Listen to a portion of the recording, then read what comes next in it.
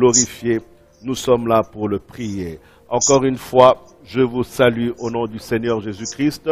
Nous voici pour notre deuxième jour du marathon évangélique, donc de cette semaine. Hier, nous avions commencé avec l'apôtre Martin, c'était son premier jour, et aujourd'hui, c'est son deuxième jour. Il est là, il est déjà connecté. Il est là depuis Bochum en Allemagne, depuis la ville de Bochum en Allemagne. Il est là. Bonsoir, apôtre Martin Dongala. Bonsoir, bonsoir et shalom, révérend pasteur. Bonsoir et shalom à tous ceux qui sont en train de nous suivre de par le monde entier. Que Dieu vous bénisse. Voilà, papa, nous sommes ravis de t'avoir encore. Merci pour ta disponibilité. Et sans plus tarder, je te laisse la parole afin que tu puisses nous donner la nourriture que Dieu t'a donnée pour nous aujourd'hui. Merci beaucoup, papa. C'est moi qui vous remercie. Prions. Dieu notre Père, nous voulons te dire merci pour cette deuxième séance où nous venons tous à tes pieds afin que l'onction nous enseigne toutes choses et que nous soyons tous enseignés de Dieu afin que l'homme de Dieu soit accompli et soit prêt à toute bonne œuvre. Bénis encore cette soirée de part et d'autre pour ta seule gloire dans le nom de Jésus, et tous les saints disent Amen. Amen, amen, amen. Shalom, shalom et bonsoir à tous les bien-aimés, frères et sœurs, serviteurs de Dieu, servantes, vous qui nous suivez de partout. Je me suis rendu compte hier que nous étions suivis même au Congo, en Afrique du Sud, dans beaucoup d'autres pays, Congo, Brazzaville. Et vraiment, nous bénissons le Seigneur pour tous ces bien-aimés qui prennent vraiment à cœur de pouvoir se connecter. Qu'il me soit permis, encore une fois de plus, de préciser que je suis le fils de l'apôtre Léopold Mutombo Kalombo, comme le pasteur Eric, qui d'une part est mon frère, quand bien même il me considère comme un père aussi. Et nous avons le même père. De tout ce qu'on vous avait dit hier, il m'a été demandé de souligner deux aspects. Vous êtes en train de suivre sur vos écrans. J'ai écrit au total 7 livres. Le tout premier livre, je suis en train de le refaire encore aujourd'hui, qui parle, n'est-ce pas, de la pratique de la vie apostolique dans nos églises aujourd'hui. En dehors de ça, il y a plusieurs autres livres que Dieu m'a permis d'écrire. Une partie, ce sont des témoignages de ma vie personnelle, mais aussi de l'œuvre de Dieu, ce que nous rencontrons en bien et en mal, et au travers desquels nous voulons tirer des leçons, des conseils. Et il y a d'autres livres qui sont des enseignements que Dieu nous a révélés pour aider à solidifier ou à intelliger la foi de son peuple. Je tiens à vous remercier une fois de plus d'être si nombreux à nous suivre. Nous sommes rien, nous sommes des serviteurs inutiles. C'est Dieu qui parle et qui agit au travers de nous. Comme nous l'avions dit hier et nous l'avions lu hier, dans 1 Corinthiens chapitre 3 verset 9, la Bible dit que nous sommes ouvriers avec Dieu. Et notre passage de base, c'était dans Matthieu chapitre 20, le verset 6 et 7 précisément, où nous voyons que le maître de la maison était encore sorti et il a trouvé les gens qui étaient sur les places, dans les rues, sans rien faire, et il les a posé des questions de savoir que faites-vous, pourquoi êtes-vous là? Et ils ont répondu, c'est parce que personne ne nous a loués, il n'y a personne qui nous considère, il n'y a personne qui pense nous donner, nous occuper, nous donner une responsabilité, nous donner un travail. Alors le maître de la maison a dit, vous aussi, allez, levez-vous, allez-y travailler. C'était donc les ouvriers de la 11e heure.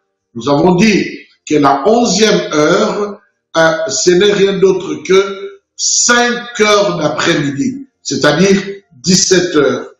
Et nous avons compris bibliquement que 17 heures, c'est l'heure du soir, c'est la fin de la journée, la transition entre la journée et la nuit qui avance, pendant laquelle personne ne pourra plus jamais travailler. Et nous avons dit que le nombre 11 a aussi sa signification biblique. Bibliquement, le nombre 11 est considéré comme le nombre du désordre, le nombre de l'anarchie, le nombre de la désorganisation, le nombre, n'est-ce pas, de l'incomplet, de l'imparfait, et tout cela, n'est-ce pas, nous fait comprendre aussi l'esprit qui agit, n'est-ce pas, à la 11e heure. L'esprit qui agit à la 11e heure, c'est un esprit de désordre, un esprit d'anarchie, un esprit de chaos, un esprit de tohu, un esprit de, voilà, de confusion. C'est ça l'esprit qui est derrière, n'est-ce pas, le nombre 11. Et nous avons vu quelques points, je crois 6, j'avais retenu, je crois 6 points que nous avons énumérés, qui caractérisent la 11e heure. Spirituellement, bibliquement, nous avons retenu 6. Je ne prétends pas dire ici qu'il n'y a que 6 éléments, mais je dis bien, j'avais retenu 6 par rapport au temps qui nous est imparti et aussi à l'objectif que nous voulons atteindre. Il y a peut-être d'autres points, mais bon, qui ne corroborent pas avec l'objectif que nous pensons atteindre au travers de ce séminaire. C'est pourquoi nous les avons laissés de côté. Qu'à cela ne tienne, Dieu peut vous révéler encore beaucoup d'autres choses, n'est-ce pas, autour de la parole de Dieu. Donc nous avons vu ce que nous avons appelé les virus de la 11e heure, c'est-à-dire les éléments qui caractérisent la 11e heure, sur lesquels je ne veux pas revenir. Nous restons donc ce soir une fois de plus. Je suis à Bochum, n'est-ce pas, dans ma ville où je suis établi, quoique le ministère, que ce soit les écoles ou les assemblées, sont répartis un peu partout où le Seigneur a permis que nous puissions nous retrouver. Donc, nous restons dans cet esprit-là de la 11e heure et nous voulons aborder notre deuxième sous-thème. Notre deuxième thème, je le tire de 1 Samuel chapitre 17. 1 Samuel chapitre 17. 1 Samuel chapitre 17. Nous allons lire ensemble quelques versets.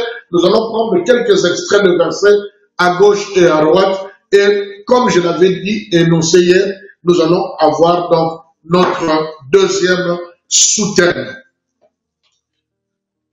Je pense que nous sommes prêts. Nous prenons donc nos Bibles dans 1 Samuel chapitre 17 et nous allons lire à partir du verset 3. Les Philistins étaient vers la montagne d'un côté et Israël était vers la montagne de l'autre côté. La vallée les séparait. Un homme sortit alors du camp des Philistins et s'avança entre les deux armées. Il se nommait Goliath. Il était de Gath et il avait une taille de 6 coudées. Une taille de 6 coudées et un pan. Sur sa tête était un casque d'airain et il portait une cuirasse à écailles du poids de 5000 cycles d'airain. Il avait aux jambes une armure d'airain et un javelot d'airain entre les épaules. Le bois de sa lance était comme une en souple de tisserand et la lance pesait 600 cycles de fer. Celui qui portait son bouclier marchait devant lui. On ne nous donna pas son nom. Le Philistin s'arrêta, verset 8, et s'adressa aux troupes d'Israël, rangées en bataille, et leur cria, pourquoi sortez-vous pour vous ranger en bataille? Ne suis-je pas le Philistin, et n'êtes-vous pas des esclaves de Saül? Choisissez un homme qui descende contre moi. Il peut me battre, et qu'il me tue, nous vous serons assujettis. Mais si je l'emporte sur lui, et que je le tue, vous ne serez assujettis, vous nous servirez. Le Philistin dit encore, je jette en ce jour un défi à l'armée d'Israël. Soulignez cette phrase. Je jette un défi à l'armée d'Israël. Donne-moi un homme et nous nous battrons ensemble. Saül et tout Israël entendirent ces paroles du Philistin et ils furent effrayés et saisis d'une grande crainte. Le verset 16. Le Philistin s'avançait matin et soir et il se présentait pendant 40 jours. Le Philistin s'avançait matin et soir et il se présenta pendant 40 jours. Bien-aimés dans le Seigneur, mon sous-thème d'aujourd'hui, c'est les défis de la 11e heure. Nous, les ouvriers de la 11e heure, nous avons des défis qui sont au-devant de nous. Il y a des défis que nous devons relever. Les défis qui sont liés à notre temps. Je ne vais pas revenir à tout ce que j'avais dit hier par rapport au temps, n'est-ce pas, de chaque époque.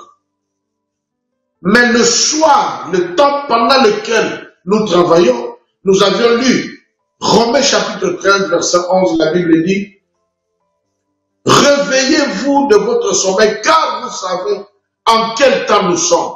C'est le temps de nous réveiller en fin du sommeil, car le salut est plus proche de nous que quand nous avions cru. Et l'apôtre d'encourager en disant, débarrassons-nous des œuvres des ténèbres et revêtons-nous des armures de la lumière.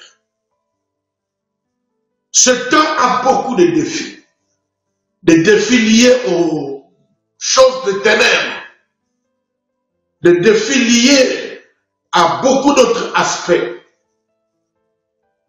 Les défis de la 11e heure. Quels sont les Goliaths qui nous défient à la 11e heure? La Bible dit que, n'est-ce pas, il y avait les Philistins qui s'étaient levés, ils s'étaient rangés d'un côté, et aussi, entre guillemets, le peuple d'Israël, l'église de l'autre côté, et entre eux, il y avait une vallée. Ils se sont rangés en bataille.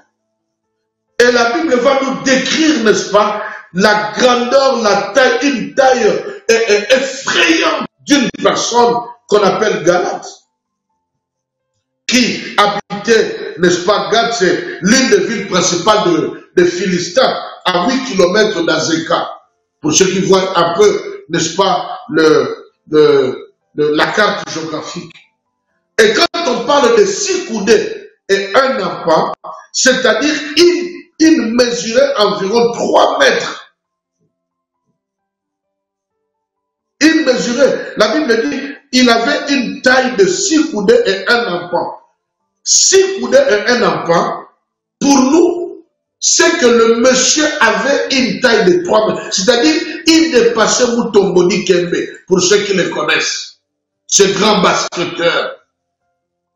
Tous ces grands basketteurs américains noirs que nous connaissons de grande taille, aucun d'eux, même O'Neal ou O'Neal, je crois, je ne connais pas trop bien leur nom, et tout ça, aucun n'avait la taille de Goliath. Parce que Goliath mesurait 3 mètres. La Bible dit que sa tête était, il portait une cuirasse écaille du poids de 5000 cycles d'airain. Et 5000 cycles, ce qu'il portait, pesait entre 60 et 80 kilos. Vous comprenez? La cuirasse qu'il portait pesait entre 60 à 80 kilos. Donc presque mon poids. Moi j'en ai encore un peu plus que 80. Et la cuirasse qu'il portait pesait 60 à 80 kilos. Et la Bible dit qu'il avait du poids, et le verset 6, il avait aux jambes une armure d'airain et un javelot d'airain entre les épaules. Le bois de sa lance était comme une soupe de tisserand et la lance pesait 600 cycles de fer. 600 cycles, c'est-à-dire la lance pesait entre 7 et 10 kilos. Ce sont les estimations. Lui-même avait la taille de 3 mètres. Il portait une cuirasse qui pesait entre 60 et 80 kilos. Et il avait, n'est-ce pas, le javelot de fer qu'il portait, la lance de fer qu'il portait, n'est-ce pas, pesait entre 7 et 10 kilos. Vous comprenez que c'était un homme monstre, effrayant. Et c'est cet homme-là, quand il est sorti, il a effrayé tout Israël. Parce que j'ai l'impression que jamais Israël n'avait vu un homme d'une telle taille.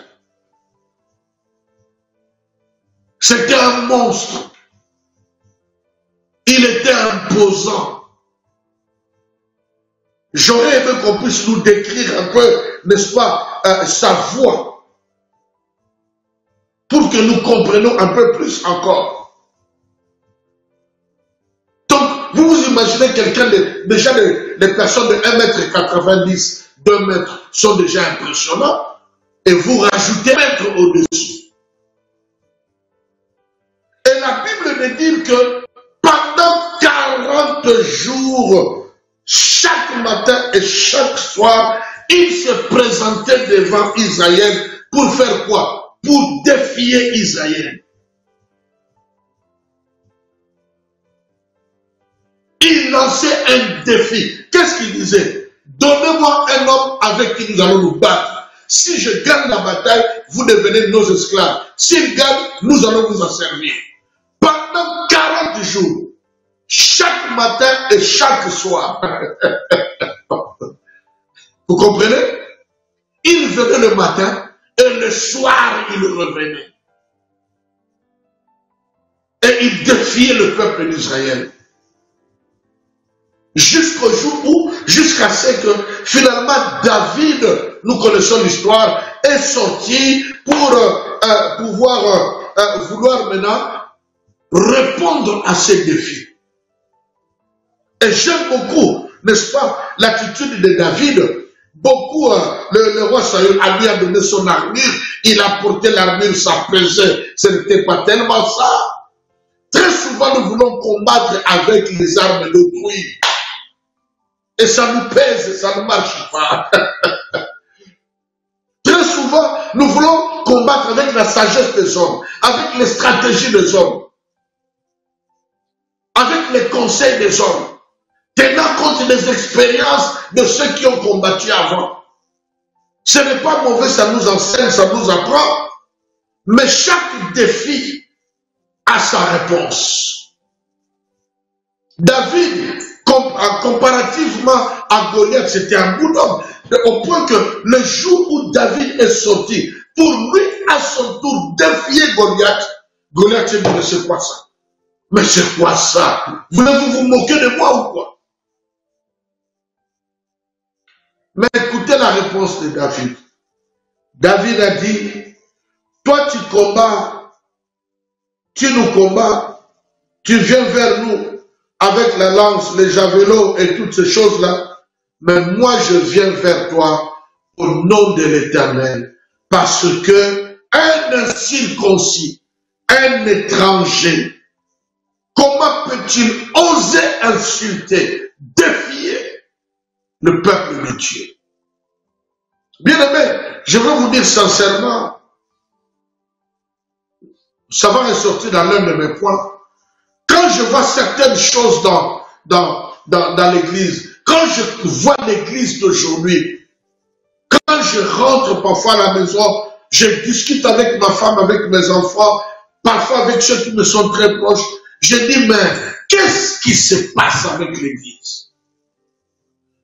Parce que jour après jour, matin et soir, il y a des esprits, il y a des hommes, il y a des organisations, il y a des programmes qui sont dressés pour pouvoir défier l'église en ce temps du soir. Mais l'église, passez-moi l'expression, reste amorphe. Et l'église ne dit rien, l'église ne fait que subit tout ce que les Goliaths dans le soir est en train de lancer contre l'église. Comme si l'église n'avait pas de puissance. Comme si le Dieu de David n'existait plus. Comme si le Dieu de Samson, c'était un autre Dieu que celui que nous adorons. Comme si le Dieu, n'est-ce pas, d'Élie n'est plus le Dieu, n'est pas le même Dieu que nous adorons aujourd'hui, que nous servons aujourd'hui. Comme si le Dieu de Moïse qui a fendu la mer en Dieu, c'est Dieu comme si ce Dieu n'existait plus. Je n'ai pas eu le temps, je demanderai à la technique de pouvoir chercher rapidement combien de chrétiens, il y a combien de chrétiens au monde, tous ceux qui sont reconnus comme chrétiens, en pourcentage, est-ce qu'on peut me trouver dans la technique, peut me trouver rapidement par Google, il y a combien de chrétiens en Europe, pour ne parler que de l'Europe. Nous voyons des défis jour et nuit. Le monde défie l'église. Les politiques défient l'église. Les églises défient l'église. Un esprit de serviteur défie les serviteurs. Mais les vrais restent comme cela. Ils ne savent pas quoi faire. La Bible dit que pendant 40 jours, cet homme sortait le matin, il sort le soir. Il sort le matin, il sort le soir. Il sort le matin, il sort le... Pendant 1 mois et 10 jours. Personne n'a osé. Tous ces hommes expérimentés, tous ces grands gaillards que le prophète avait vu dans la maison d'Isaïe, personne n'est sorti. Aucun général de l'armée de Saül n'est sorti. Aucun ranger de l'armée de Saül n'est sorti.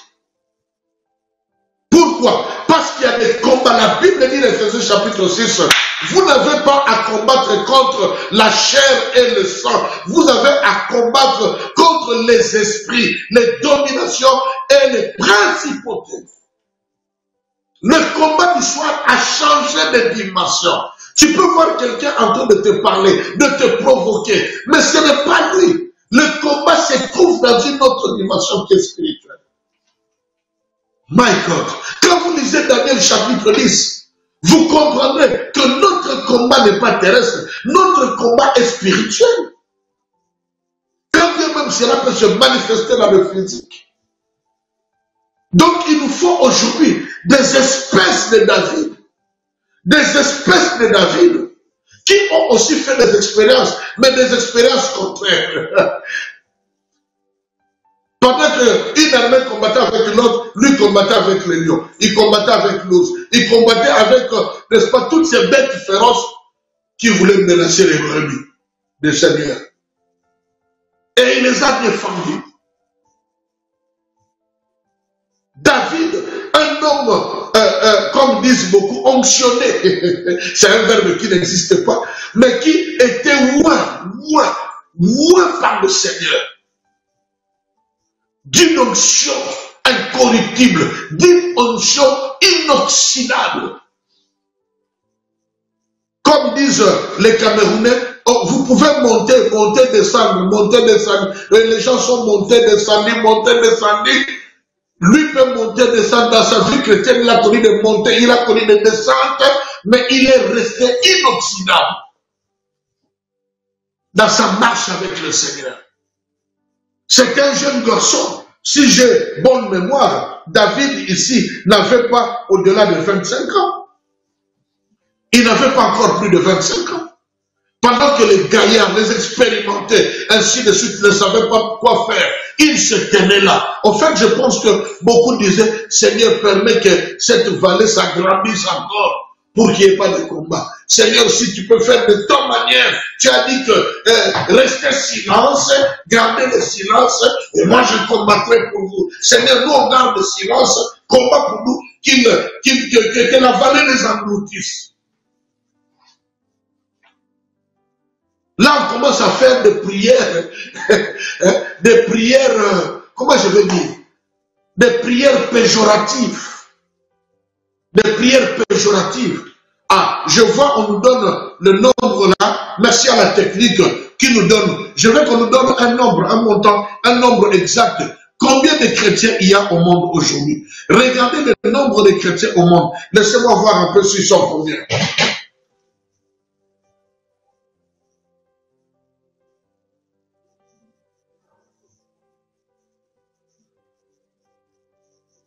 Il y a plus de... Au Royaume-Uni, il y a plus de 40 millions de chrétiens. En France, plus de 40 millions. En Espagne, plus de 37 millions. Et je crois en Europe en général, plus de 104 millions de chrétiens.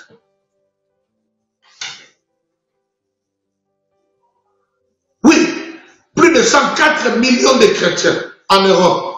Si j'ai bien vu, si j'ai bien lu. Retenons ne fût-ce que 100 millions de chrétiens. Mais aujourd'hui, nous avons des défis qui s'opposent à nous. Les 100 millions de chrétiens croisent les bras et ils regardent. Certains prient en disant, Dieu, toi-même tu sais. D'ailleurs, la Bible dit. D'ailleurs, la Bible dit. Mais je crois que le soir, les réalités du soir nécessitent des hommes comme des David et de l'homme dont je vais vous parler demain. Parce que demain, je vais vous parler de l'équipement de l'homme, de l'ouvrier de la 11e heure. Il faut des hommes comme des David. Des hommes qui ne regardent pas leur taille. Des hommes qui ne regardent pas seulement à leur expérience. Mais des hommes qui croient que Dieu est vivant. Dieu est puissant. Dieu peut faire encore quelque chose. Comment? Que Dieu est capable de bouleverser les données. Je ne peux pas comprendre combien tous mes étudiants à qui je donne cours d'ecclésiologie, ils savent que quand je parle de l'assemblée, je dis toujours que l'Église en tant qu'assemblée joue le rôle politique. Je ne veux pas entrer dans le débat, est-ce que les chrétiens, est-ce que les pasteurs peuvent faire la politique ou pas? Je m'en contrebalance. Mais je vais t'annoncer que Israël, en tant qu'assemblée, jouait un rôle aussi pour la gestion de la société. Et quand on parle de la gestion de la société, on parle de la politique. Et le réformateur Martin Luther avait dit, n'est-ce pas, l'Église qui ne répond pas aux besoins de la société a raté quelque part sa mission. Comment l'Église, le Goliath de la 11e heure, s'est dressé contre l'Église de plusieurs manières. Aujourd'hui, nous allons voir juste six aspects. Je ne sais pas pourquoi le Seigneur m'a commis de retenir seulement 6. Peut-être que demain, nous allons voir aussi 6 éléments. Il y en a beaucoup. Mais j'ai retenu 6 défis. Et chaque matin, nous nous réveillons avec ça.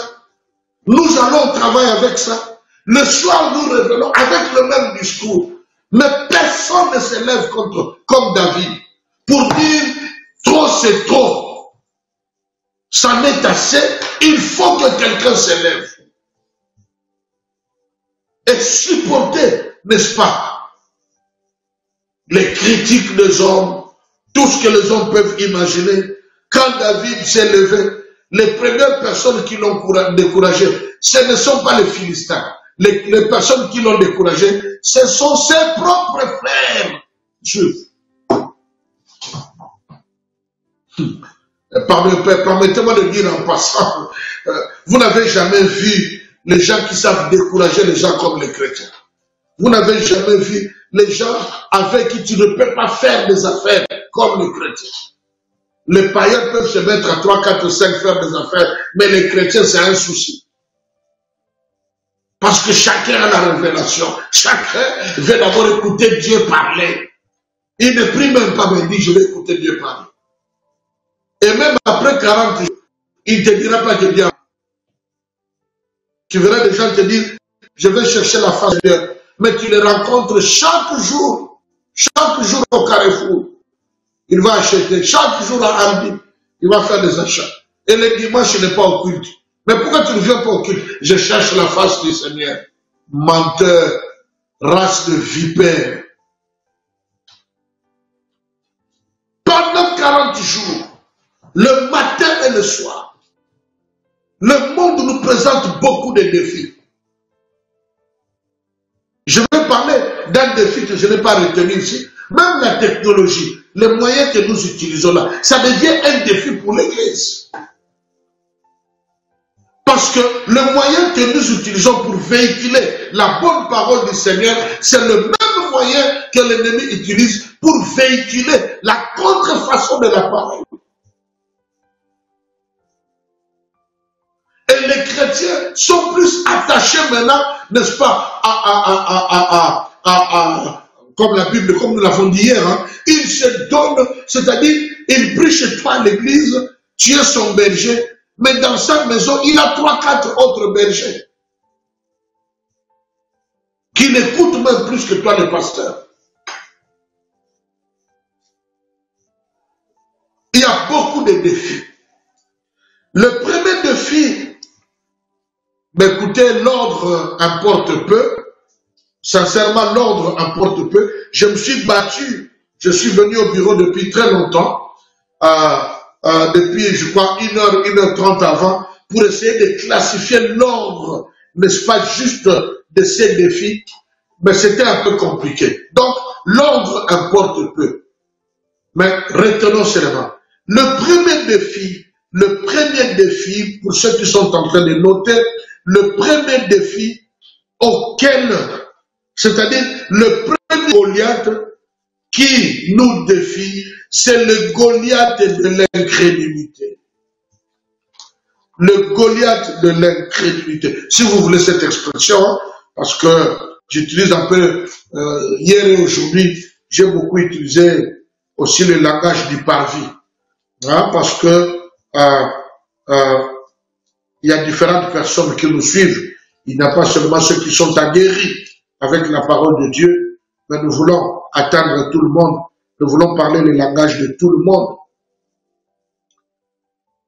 Le langage, quand je dis le langage de tout le monde, je veux tout simplement dire le langage qui est accessible à tout le monde. Bon, écoutez, moi j'ai toujours dit, ça ne vaut vraiment pas la peine d'utiliser les expressions, des termes, de phraséologie, une forme stylistique qui, les gens diront, oh, qu'est-ce qu'il sait parler, qu'est-ce qu'il est éloquent. Mais à la fin, les gens n'ont rien pigé de tout ce que tu as dit. Je préfère utiliser, si vous voulez, le français facile, le langage entre guillemets, terre à terre, pour que j'atteigne même celui qui n'a pas le bac. Quelqu'un dit Amen. Le premier défi, c'est le défi de l'incrédulité. La croissance de l'incrédulité. Tu ne t'attendais peut-être pas à ça. Tu t'attendais à ce que je parle du péché et tout. Mais le péché, le désordre, c'est la conséquence de l'incrédulité. Luc chapitre 18. Luc chapitre 18. Luc chapitre 18, cette histoire à partir du verset 1, moi je vais lire juste le verset 8. Luc chapitre 18 du verset 1 au verset 8, mais le verset qui m'intéresse c'est le verset 8. La Bible dit, je vous l'ai dit, il leur fera promptement justice. Mais quand le Fils de l'homme viendra, trouvera-t-il la foi sur la terre? Mais quand le Fils de l'homme viendra, trouvera-t-il la foi sur la terre? Quand la Bible parle, quand le Fils de l'homme viendra, il parle du temps de la fin. Il parle de la 11e heure. Bien-aimé dans le Seigneur, c'est peut-être le premier grand défi aussi. que nous avons, c'est la croissance de l'incrédulité. Un Goliath de 3 mètres d'incrédulité se tient devant nous. Et il crée des circonstances dans la vie des frères et des sœurs. Il provoque des échecs. Malheureusement, il se sert aussi d'une catégorie de serviteurs, comme j'avais dit hier, qui n'ont pour mission que de parler à d'autres serviteurs, faussement encore. Et alors on entend scandale sur scandale, de faux scandales, il y en a de vrais. Il y en a de vrais. Mais faudrait-il que je puisse mettre sur la face du monde, sur les réseaux sociaux, l'erreur de tel ou de tel autre, l'erreur de tel ou de tel frère, de telle sœur, de tel pasteur, de telle église, parce que toutes ces choses-là ne contribuent qu'à une seule chose, à ce que les chrétiens disent, ça ne vaut plus la peine de croire à la parole de Dieu. Si ceux qui nous enseignent la parole de Dieu font ceci, font cela, sont ceci, sont cela, et alors nous autres, ils oublient que nous aussi nous sommes des enfants de Dieu, les serviteurs sont aussi des enfants de Dieu, ils se battent aussi pour leur salut pendant qu'ils sont en train de servir les autres. L'incrédulité est causée par, n'est-ce pas, les fausses doctrines que nous entendons partout. L'incrédulité est entrée dans le monde. On a tellement développé des théories, les théories de ceci, les théories de cela, au point que l'homme ne croit plus en lui, en Dieu, mais l'homme commence à croire en lui-même. Quand vous entendez parler de nouvel ordre mondial, c'est quoi? C'est qu'on veut mettre l'homme au centre de toute existence. Un peu l'esprit de Genèse chapitre 11. Bâtissons-nous un tour et faisons-nous un nom.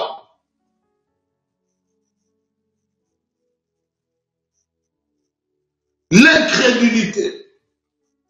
Les gens sont devenus incrédules, c'est-à-dire les gens ne croient plus aux choses de Dieu.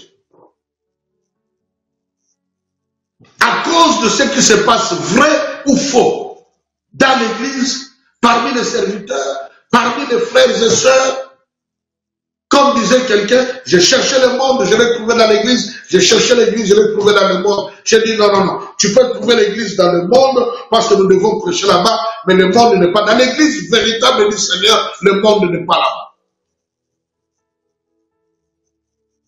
Mais il voulait tout simplement dire que parfois nous n'arrivons plus à faire la différence entre ce qui est de la lumière et ce qui est des ténèbres.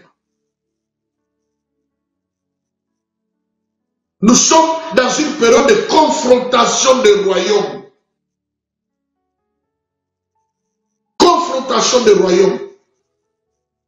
La journée, quelqu'un vient planter, il sème le blé, et le soir, quelqu'un d'autre vient s'aimer quelque chose qui ressemble au blé, mais c'est livré. Et le peuple ne sait plus qu'est-ce qui est vrai, qu'est-ce qui est faux. Nous sommes dans une période où un véritable homme de Dieu prend le bâton et il jette, ça devient un serpent. Mais les magiciens de Pharaon prennent d'ailleurs 4 bâtons et ils jettent, ça devient aussi le serpent. Alors le peuple se dit, bon, si ton miracle est là, cher apôtre Martin, si ton miracle est là, les magiciens d'Égypte peuvent le faire. Comment veux-tu que nous puissions croire en ton Dieu? Quand on voit le manque de maturité parmi les chrétiens, incapables de résoudre leurs problèmes, incapables de résoudre leurs difficultés, incapables de résoudre leurs conflits, incapables de supporter la souffrance, incapable d'accepter pour un temps des injustices, la difficulté. loin de l'intégrité, on se corrompt et on corrompt, alors le peuple est dans la confusion. 11e heure, nombre 11. Le peuple est dans la confusion. Ceux qui viennent dans nos églises sont dans la confusion. Ceux qui sont dehors sont dans la confusion. Bien-aimé, tu vas parler de mal de ton église, de ton pasteur, de tes choristes, des choristes de ton église, des responsables de ton église, des frères de ton église aux païens. Ceux qui ne viennent jamais dans nos églises sont plus informés de ce qui se passe dans nos églises que même les pasteurs et les anciens de l'église. Et quand tu vas le prêcher, ils ne croient pas. Ils ne croient plus à cet évangile. Et l'incrédulité a pris sa place. Et c'est là maintenant que les David de ce soir doivent relever ce défi de l'incrédulité. Ils doivent se lever et au travers de la parole et de la démonstration de la puissance de Dieu, montrer que Jésus est vivant. Que s'il y a le faux ne peut pas exister sans le vrai. Nous avons besoin de David qui peuvent donner leur tête à couper. Mais afin de démontrer que Christ, que le christianisme est différent de toutes les religions qui ont existé depuis le commencement du monde jusqu'à aujourd'hui. Parce que le christianisme est basé sur la vie d'un sauveur qui était mort, qui est enseveli, qui est ressuscité et qui est vivant parmi nous et qui agit. Alléluia. L'incrédulité dans le monde. Des chrétiens qui ne croient même plus à la parole. Il est chrétien, mais il ne croit plus à la parole. Des espèces de Thomas qui ne peuvent croire que s'ils ont vu. Il faut qu'ils mettent encore leurs doigts sur la paume de main de Jésus et voir, ah, c'est là qu'il était blessé. Là, maintenant, nous pouvons croire. C'est un défi. Il faut que l'Église s'élève. Ce n'est pas seulement la responsabilité, n'est-ce pas, des pasteurs. Nous sommes tous pasteurs et non, nous sommes quiconque travaille quelque part au protocole pour balayer la salle. Nous sommes tous des ouvriers de la 11e heure. Il faudrait que chacun pour sa part joue, fasse en sorte que le monde puisse avoir encore confiance en Dieu. Que le monde puisse encore croire en Dieu. Parce que la 11e heure, c'est le temps de la confusion. Il faut qu'il y ait encore des gens qui acceptent de souffrir, qui acceptent de tout perdre, qui acceptent de mourir pauvres, qui acceptent de ne pas rouler dans des grosses voitures, des grosses jeeps, parce qu'on ne veut pas lui bénir, on ne veut pas le bénir à cause de ses prédications. Tant mieux, pourvu qu'il puisse prêcher encore la lumière, prêcher encore la parole de Dieu. Manifester le vrai, véritable puissance de Dieu, le véritable le miracle. Vous savez, dans notre ministère, quand je dis maintenant moi dans notre ministère, là je me mets dans la position de l'enfant de l'apôtre de Paul Mutomokalo. Nous disons ceci. Quand l'esprit et la parole s'accordent, il y a le miracle. Il faut que la parole et l'esprit, parce que la lettre tue, et l'esprit agit derrière la parole. Il faut que les deux s'accordent. La Bible dit que l'esprit se mouvait au-dessus des eaux, et Dieu dit que la lumière soit, et la lumière fut. Pourquoi? Parce que l'esprit et la parole s'étaient accordés. Et ça produit, ça amenait à l'existence ce qui n'existe pas.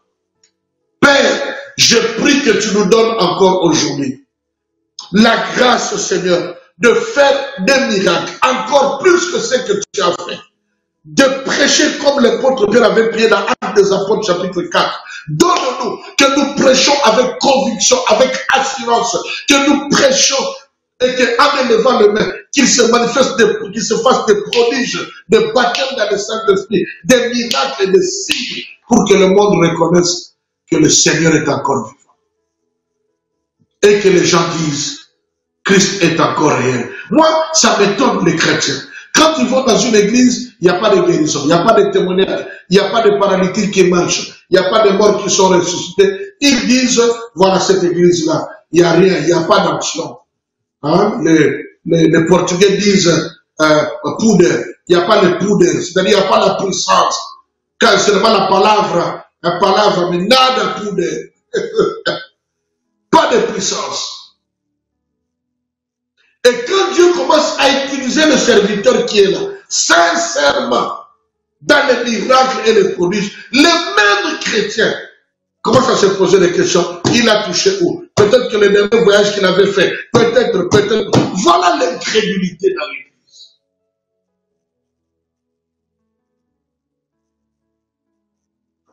Le défi ou le Goliath, si nous voulons utiliser le langage de Paris, le Goliath de l'incrédulité. 3 mètres de haut de l'incrédulité. Deuxième défi, c'est le défi sacerdotal. Le défi sacerdotal. Qu'est-ce que je comprends par le défi sacerdotal? Je vais l'expliquer. Notez deuxième défi, le défi sacerdotal. Je vais vous amener un peu dans Esdras.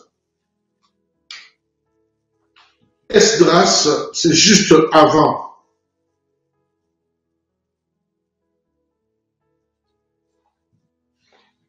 Esdras, chapitre 2. C'est un chapitre intéressant avec lequel j'ai introduit mon livre qui vient, qu'on vous a présenté tout à l'heure là.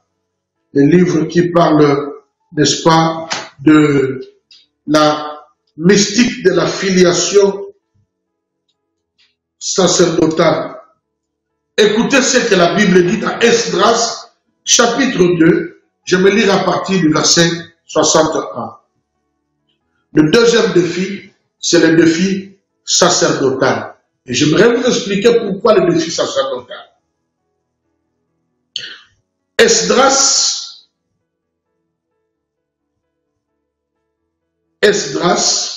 je n'ai pas le temps de vous expliquer, n'est-ce pas, la complémentarité ministérielle qu'il y avait entre Esdras et Néhémie. Très intéressant. Néhémie, c'est pour le rétablissement des murs, des choses extérieures du temple, mais Esdras, il était appelé pour la restauration de l'ordre, n'est-ce pas, des ministères, de culte, de la prêtrise, des sacrificateurs. Remettre la réforme dans l'église. Néhémie, revenez, construisons le miracle, construisons le temple. Mais maintenant, comment les choses vont fonctionner, doivent fonctionner. Ça, c'était la responsabilité d'Esdras. En notre temps, il est compté parmi les auteurs historiques. Hein, il ne fait pas encore partie des prophètes, les auteurs historiques, mais, n'est-ce pas, il est compté parmi les plus grands, entre guillemets, théologiens de son époque. Esdras chapitre 2, à partir du verset 61. Et parmi les fils de sacrificateurs, les fils de Abdaja, les fils d'Akot, les fils de Barzilai, qui avaient pris pour femme une des filles de Barzilai, le Galadite, et fit appeler de leur nom. Ils cherchèrent leur titre généalogique, mais ils ne les trouvèrent point. On les exclut du sacerdoce. Et le gouverneur leur dit de ne pas manger des choses très saintes, jusqu'à ce qu'un sacrificateur ait consulté l'Urim et le Thummim. Ceux qui ont déjà fait le tabernacle avec moi, ils connaissent ce qu'est l'Urim et le Thummim. C'est la lumière et la perfection. 2 pierres qui se trouvaient au niveau du pectoral.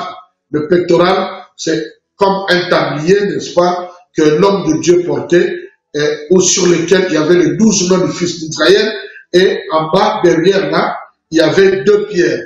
Une pierre, c'était l'Urim, l'autre pierre, c'était le Thummim.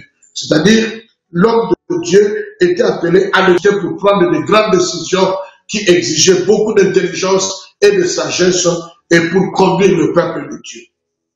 L'assemblée tout entière était de 42 42 360 personnes, sans compter leurs serviteurs et leurs servantes, au nombre de 7 337. Parmi eux se trouvaient 200 chantres et chanteuses. Ils avaient 736 chevaux, 245 mulets, 435 chameaux et 6720 ânes. Plusieurs des chefs de famille et leurs arrivés vers la maison de l'Éternel à Jérusalem firent des offrandes volontaires pour la maison de Dieu, afin qu'on la rétablisse sur le lieu où elle avait été. Ils donnèrent au trésor de l'œuvre, ainsi de suite.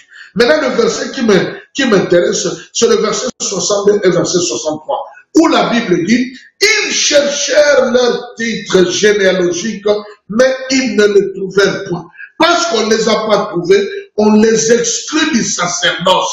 Et le gouverneur leur dit de ne pas manger les choses saintes, de ne pas toucher aux choses saintes, jusqu'à ce qu'un véritable sacrificateur vienne pour consulter l'urine et le thyme.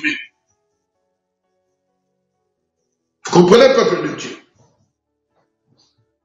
J'aimerais mettre ensemble Esdras chapitre 2, verset 62 au verset 63, ensemble avec Éphésiens chapitre 4, verset 7 au verset 11.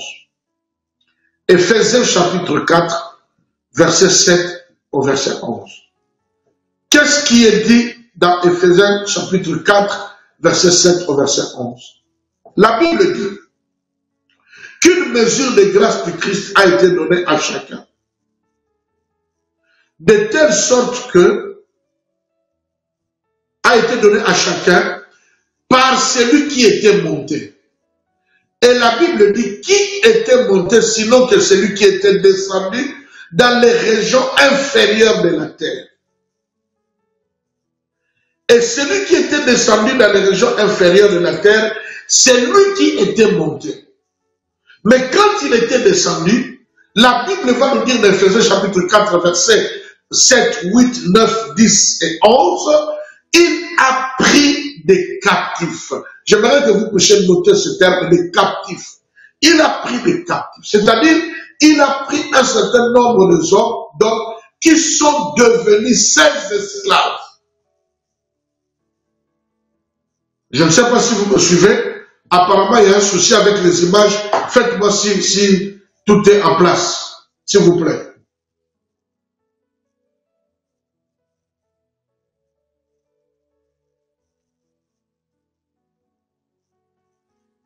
Je demande à la technique de me rassurer que tout est en place.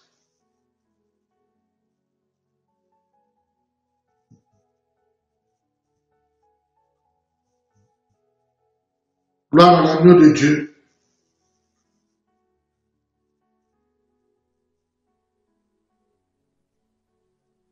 Je demande à la technique de me rassurer que tout est en place. Allô? Oui, papa, tout est en ordre ici. Tout est en place? Tout est en place. On te voit, on t'entend. Oui, parce que je remarque chez moi, c'est comme si les images ont bloqué et que c'est pourquoi je me suis posé cette question. Nous continuons donc.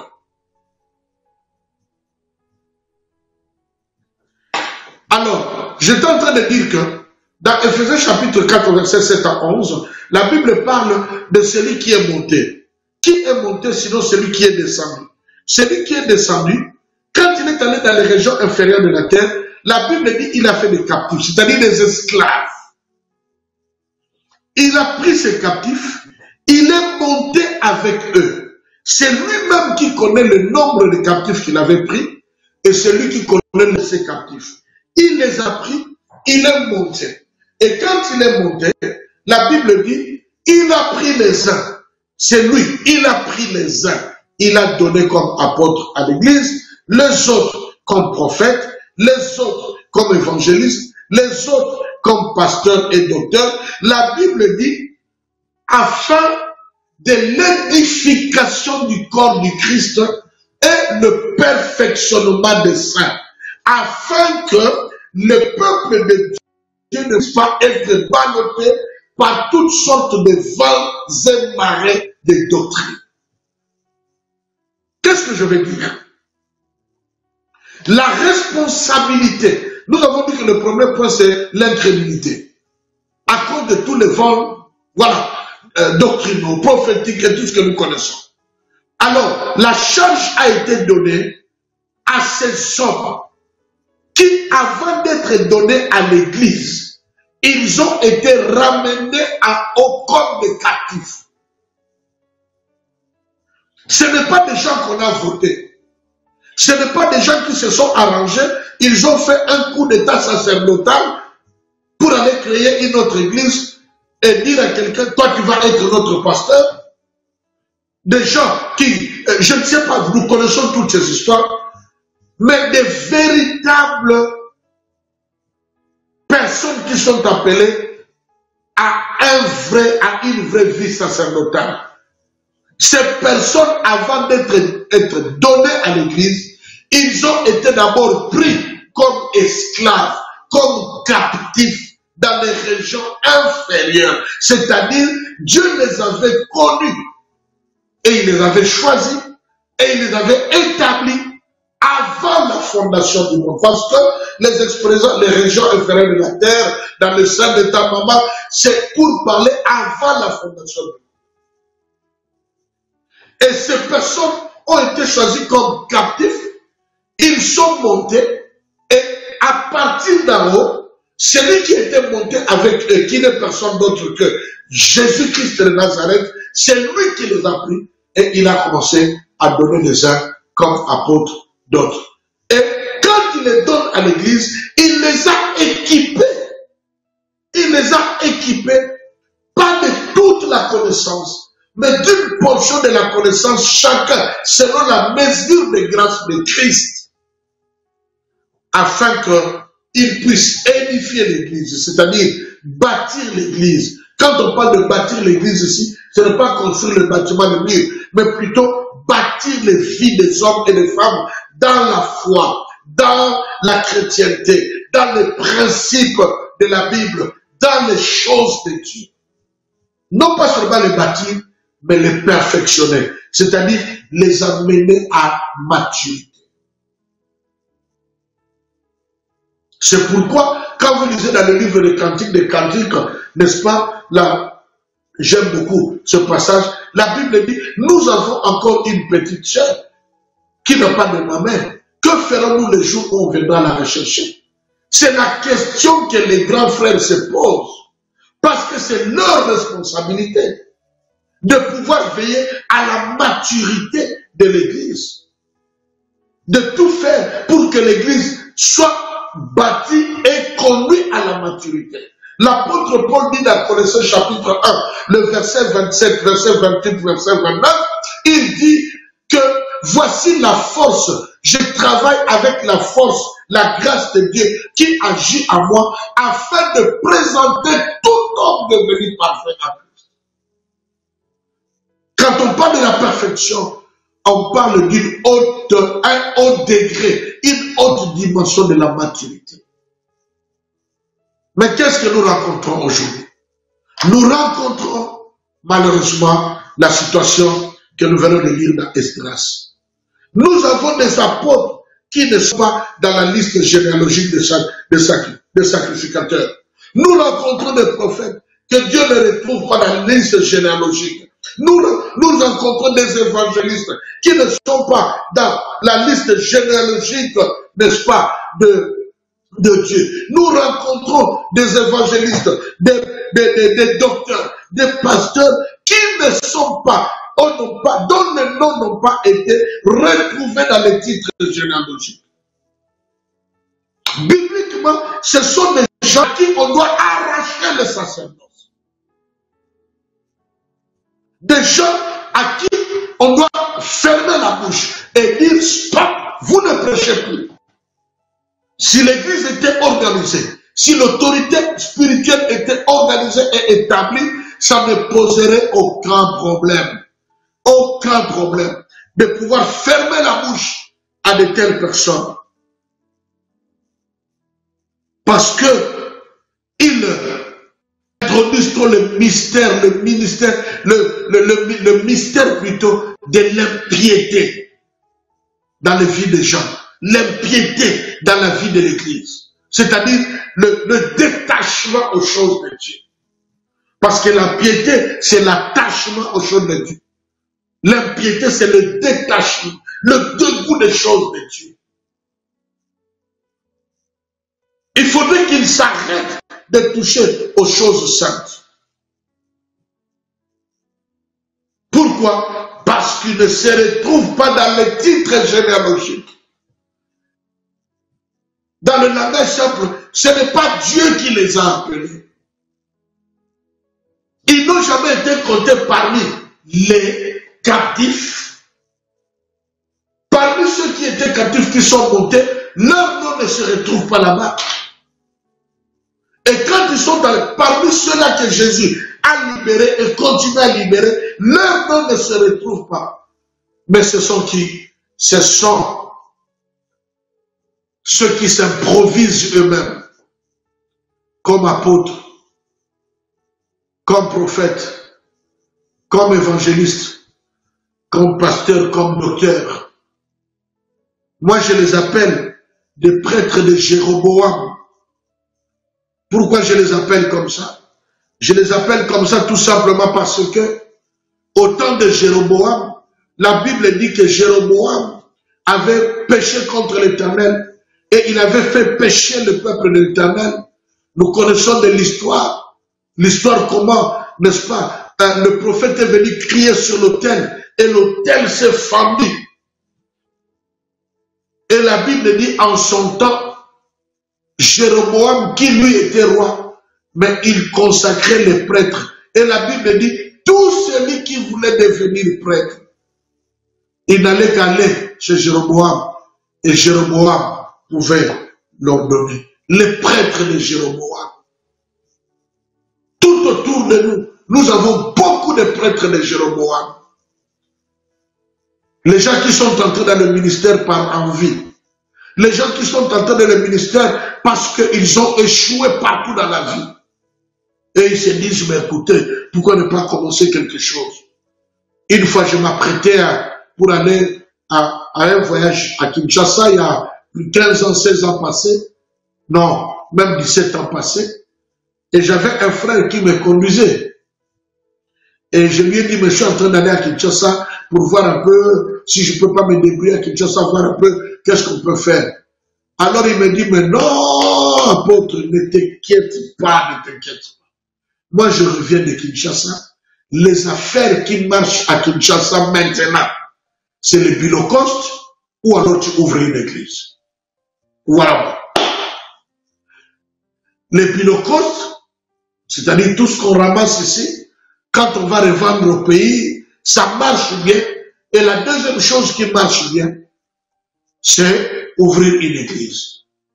Il dit surtout que toi tu viens de l'Europe avec ta taille là, hein, et tu sais aussi bien parler, mais dès que tu commences, mais 5 ans se trouvent, tout ce qu'on te donne pas ici là-bas, 5 ans, tu auras déjà une voiture, une maison et tout, ça marche, les affaires qui marchent.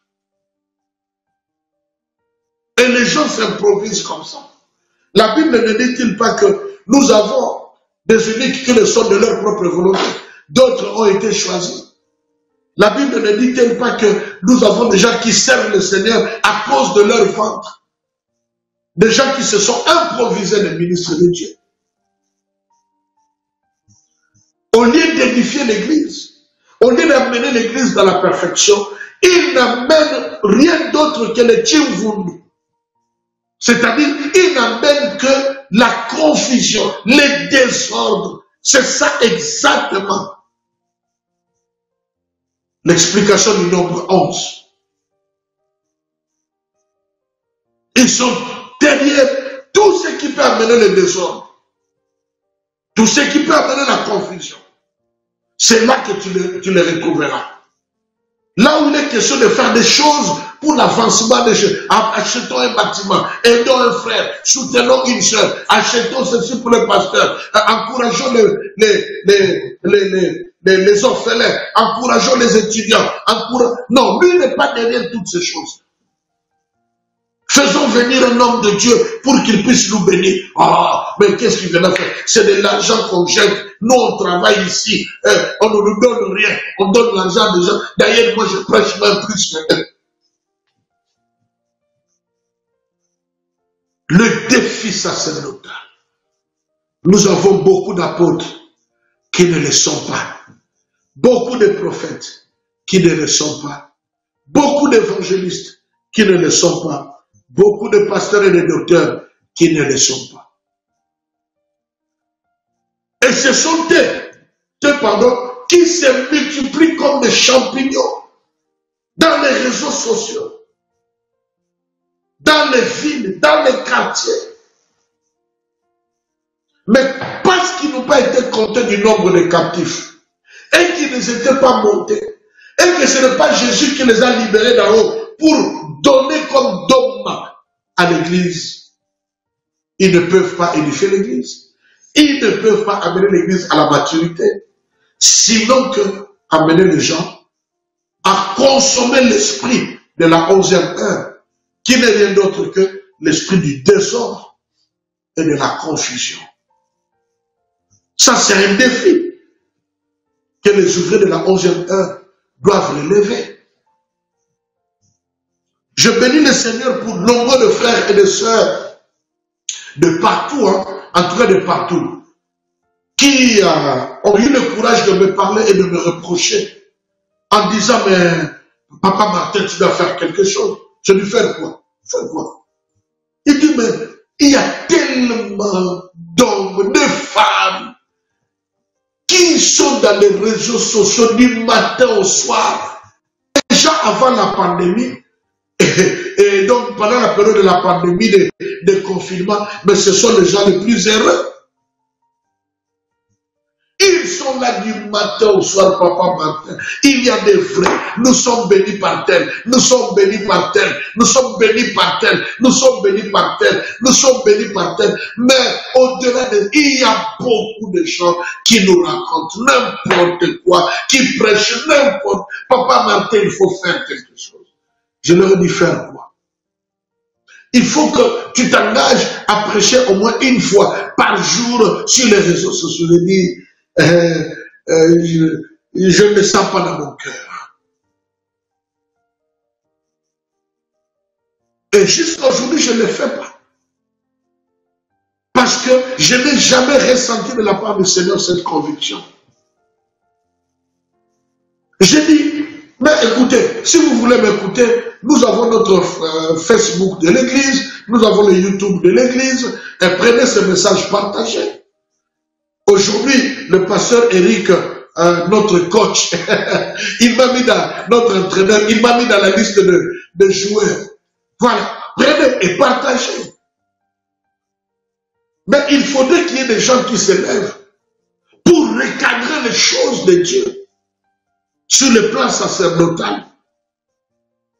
Et moi, par la grâce de Dieu, je fais ce que je peux faire. Voilà même pourquoi j'ai créé une école qu'on appelle l'école de formation des leaders et ouvriers de la dernière heure, de la 11e heure. Nous ne formons pas les gens pour devenir des pasteurs. Non, non. Nous formons seulement les ouvriers et les leaders. Des hommes, des femmes capables d'affronter les défis de la 11e heure. Gloire à l'agneau de Dieu. Troisième défi,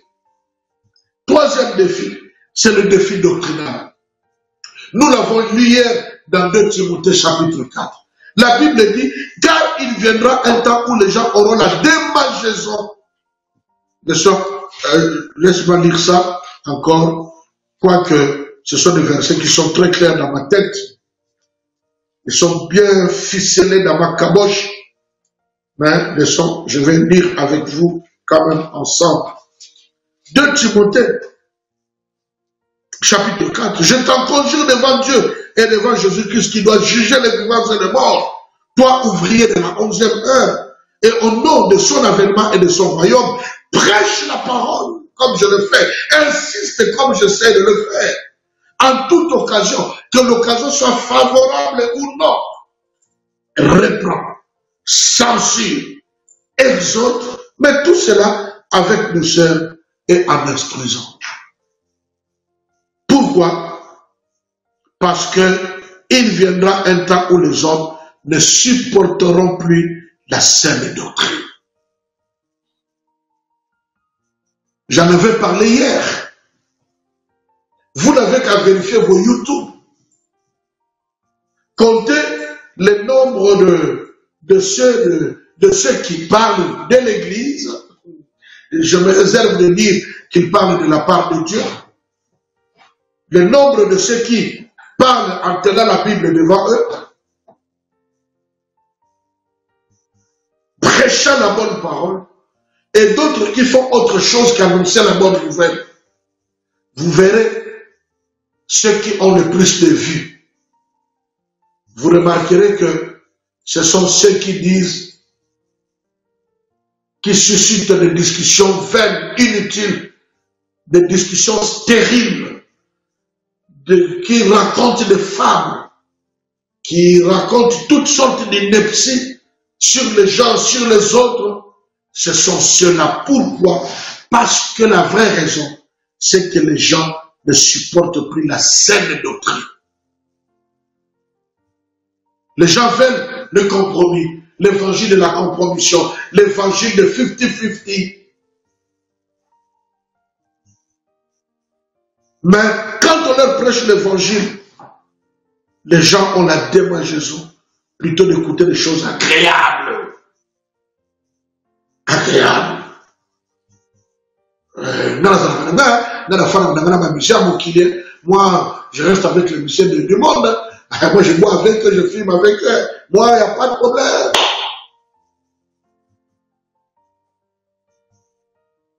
Et vous verrez. Parce qu'il y a une pollution doctrinale. On prêche ce qui ne... Bien aimé, j'étais du nombre de ceux qui étaient contre la théologie. Je dois vous donner ce témoignage. À l'âge de 30 ans, je suis allé prêcher pour la première fois à Paris, faire des campagnes d'évangélisation. J'aimerais saluer le pasteur de Paris, le pasteur Francis Lona, le leader, le révérend Kwimi, mon grand frère, et bien d'autres qui nous ont laissé vraiment une pensée pieuse et d'heureuse mémoire, les révérends Ditou, les bishops Chungu, et il y en a beaucoup d'autres. Ils m'ont vu, j'avais 30 ans. Donc ils m'ont vu il y a 27 ans passés, quand je suis arrivé à Paris pour prêcher. À cette époque-là, pendant au moins 5 ans, il n'y avait pas un autre jeune de mon âge qui faisait des campagnes de programmes comme je le faisais à Paris. C'était très fort et très puissant. Et quand je finissais mes prédications, certains venaient me demander, mais tu as étudié dans quelle école? Tu as fait ta théologie dans quelle école? Parce que pour eux, ils étaient sûrs que quelqu'un qui parlait comme ça doit avoir fait la théologie, doit avoir un doctorat en théologie, quelque chose comme ça. Déjà à cette époque-là. Alors je me disais, si les théologiens sont surpris de ce que moi je dis, alors pourquoi les foutre mon nez dans la théologie? Mais bien aimé, quand j'ai eu l'opportunité de faire les cours de théologie, je me suis posé des questions sur ce que je prêchais avant. Quand j'ai réécouté certaines prédications et que je les voyais les gens acclamer, et même les gens tombaient, je me dis, mais ils acclamaient quoi? Ils tombaient par rapport à quoi? Parce qu'il y avait beaucoup de choses bonnes que nous disions, mais qui étaient contraires à la vérité. C'était de bonnes choses, mais qui n'étaient pas dans le contexte de ce texte-là. Mais Dieu, dans sa bonté, dans son amour, bon, il faisait que les gens crient, les gens tremblent, les gens tombent, les gens vomissent.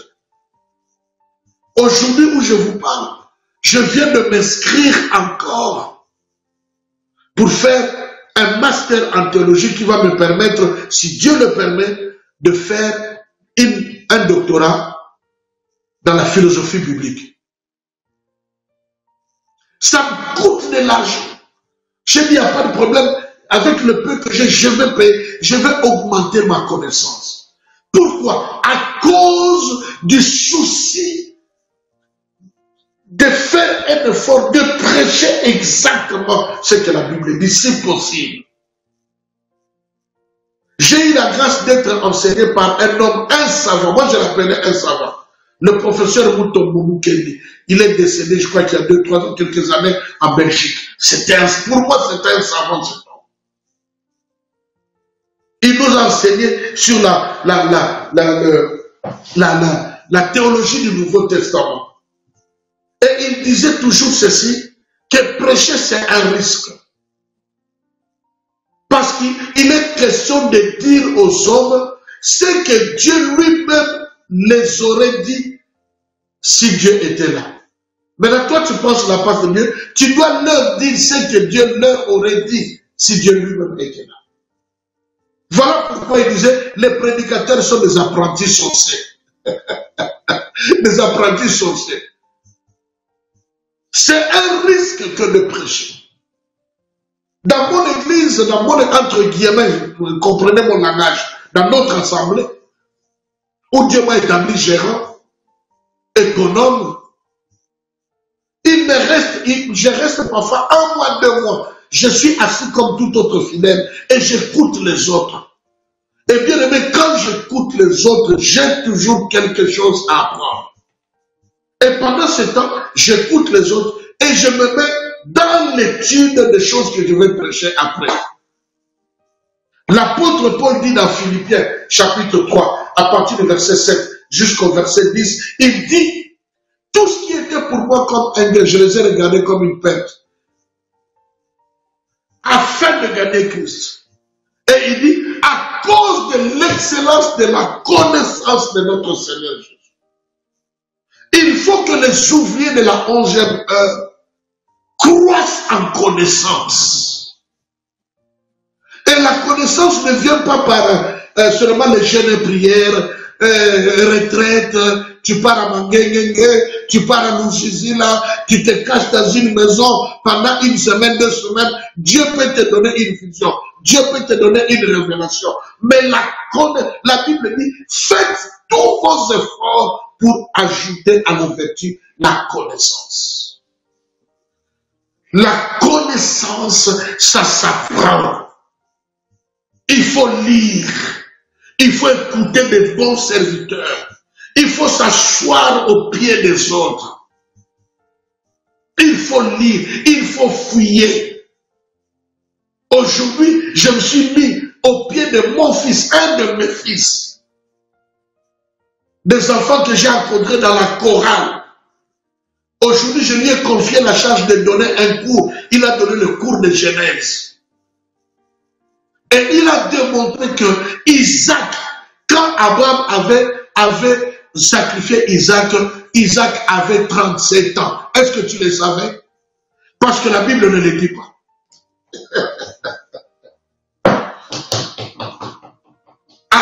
Isaac avait 37 ans. Et on raconte que quand cette cérémonie est finie, est passée, Dieu a pourvu. Quand ils sont redescendus de la montagne, ils sont allés raconter ça à Sarah. Quand Sarah a entendu ça, ça fait un choc. Elle a eu un choc, crise cardiaque, et elle est morte à l'âge de 120 ans, je crois. Vous savez où est-ce qu'il a trouvé ça?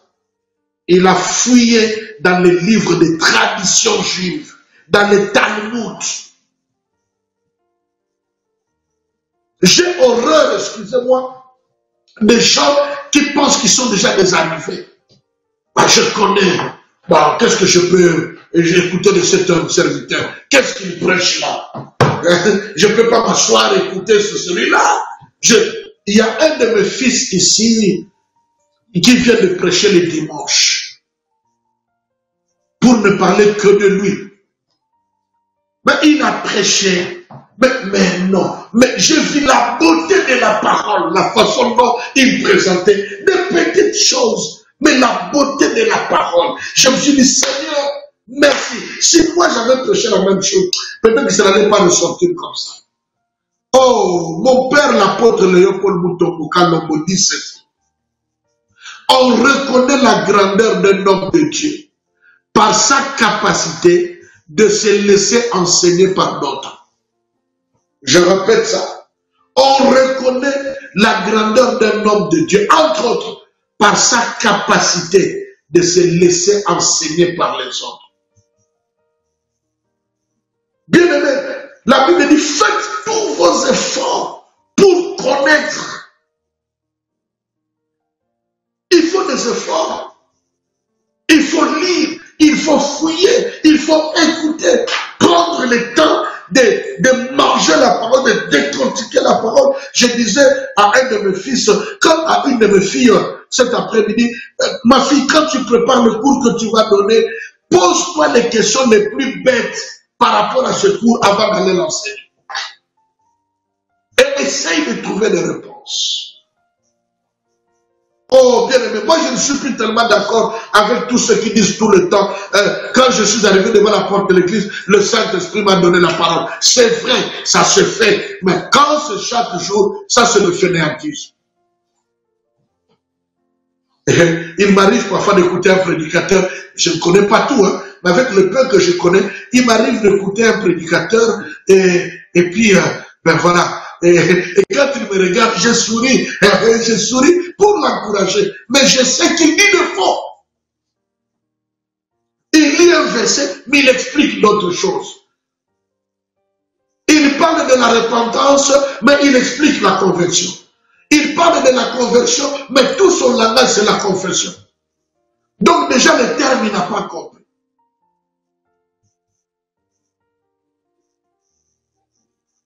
Mon peuple périt parce qu'il lui manque la connaissance.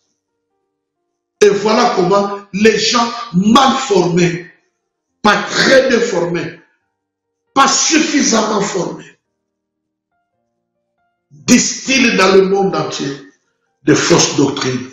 Et nous, les ouvriers du soir, les ouvriers de la 11e heure, avant que Christ revienne, avant que la trompette ne puisse sonner, il faut que l'Église puisse aller vers la maturité. Mais l'Église ne peut pas aller vers la maturité avec de fausses doctrines. Et nous avons une responsabilité. Quatrième défi. Je l'ai dit en passant déjà parce que dans mes deux premières explications, j'en ai parlé. Le défi de faux prophètes, de faux docteurs, de faux enseignants. La 11e heure, c'est l'heure de la prolifération des faux docteurs. Il se lèvera parmi vous des faux docteurs, des faux enseignants et des faux prophètes. Et ce sont les faux prophètes qui amèneront la séduction de la chrétienté. Et la séduction de la chrétienté va provoquer le refroidissement de l'amour. Matthieu chapitre 24. Mais j'aime toujours souligner un élément. David a fait des fautes dans sa vie. Parfois des fautes graves. Mais il n'était pas un faux serviteur. Abraham a fait des fautes. Il n'était pas un faux serviteur. Moïse en a fait. Il n'était pas un faux serviteur. Pierre a fait des erreurs. Il n'était pas un faux serviteur. Un faux serviteur n'est pas celui qui a fait une erreur ou qui a commis une erreur. Non, non, non. Tout homme vrai, dans sa sincérité la plus sincère, il peut toujours commettre des erreurs. Ce n'est pas pour autant qu'il est faux. D'ailleurs, les vrais sont tellement combattus dans tous les sens qu'ils sont susceptibles de toute erreur. Mais quand on parle de faux, il s'agit des espèces de prêtres de Jéroboam, des espèces de ces prêtres, de ces serviteurs qui n'ont pas été trouvés, qui n'ont pas une généalogie sacerdotale claire, de ces espèces de gens qui se sont autoproclamés eux-mêmes, des gens qui après avoir échoué partout du monde, les affaires qui marchent, c'est créer un peu une église. Voilà les faux, ceux qui n'ont pas été appelés ni envoyés. Voilà le faux. Nous devons les soutenir. Nous devons plutôt le retenir et le comprendre. Cinquième défi, c'est le défi, n'est-ce pas, sociopolitique. C'est là que vous pensez ce que je disais avant, c'est l'avant-dernier point. Le défi sociopolitique. Je ne prends que le cas de Corona. Bien aimé, allez sur YouTube. Vous allez voir un discours. Enfin, j'ai pris position par rapport au vaccin. N'est-ce pas? Je ne sais plus c'est quoi le titre. Je crois l'apôtre Martin. Afrique, réveille-toi. Afrique, réveille-toi. Quelque chose sur le faux vaccin. Bien aimé.